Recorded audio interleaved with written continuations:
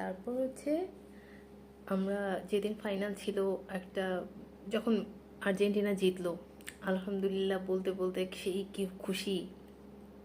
আমরা cake order করতে গেলাম, আর্জেন্টিনার থিম কেক। তো এখন থিম কেক অর্ডার করলে তো কিছু টাইম লাগে, কিন্তু আমরা সেলিব্রেট করব নেক্সট দিন, তা তো হবে না, আর্জেন্টিনা জিতছে।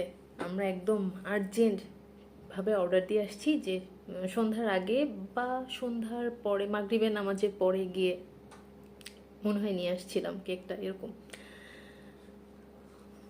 তো এই হচ্ছে অবস্থা।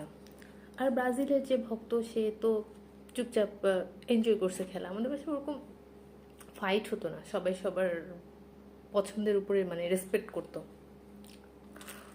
আর আমার আব্বু খুব ভক্ত ছিল খেলার, যে কোনো ভালো খেলা।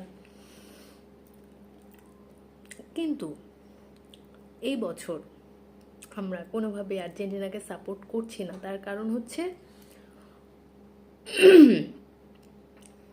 ইসরায়েলকে সমর্থন করা। ভাই, আমরা তো মুসলিম। হ্যাঁ, এখন অনেকে বলবেন যে খেলার মধ্যে কেন ধর্মটা না, এটা ধর্মের বিষয় না। আমি খেলা কেন, আমি কোনো রকমের মুভি ড্রামা কোনো কিছুর মধ্যেই ধর্ম টানি না। আমরা অন্যান্য ধর্মের নাটক সিনেমা দেখছি, কিন্তু এটা তো ধর্মের বিষয় না। ইসরায়েলকে সমর্থন করা মানে একটা মানুষ হিসেবে গণহত্যাকে সাপোর্ট করা। হুম।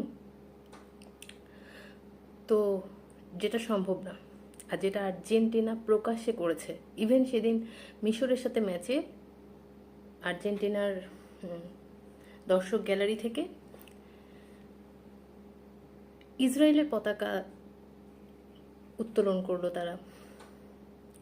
তো প্রকাশ্যে যেই দল ইসরায়েলকে সমর্থন করছে, মুসলিম হিসেবে সম্ভব তাদেরকে সাপোর্ট করা? তো যেই আর্জেন্টিনার জন্য আমরা এত আর্জেন্টভাবে থিম কেক অর্ডার দিয়েছিলাম আর্জেন্টিনার ফ্ল্যাগ দিয়ে, আমরা ছেড়ে দিলাম আর্জেন্টিনাকে সাপোর্ট করা। কারণ ফেসবুকে শুধু ফ্রি ফ্রি প্যালেস্টাইন লিখলেই কিন্তু ফিলিস্তিনের পাশে দাঁড়ানো হয়ে যায় না। এই যে আর্জেন্টিনা সাপোর্ট করছে, টাকা দিচ্ছে ইসরায়েলকে, ইসরায়েল টাকা নিয়ে ফুলে পেঁপে বড় হচ্ছে, এই টাকাটা খরচ করছে মুসলমানদেরকে মারতে।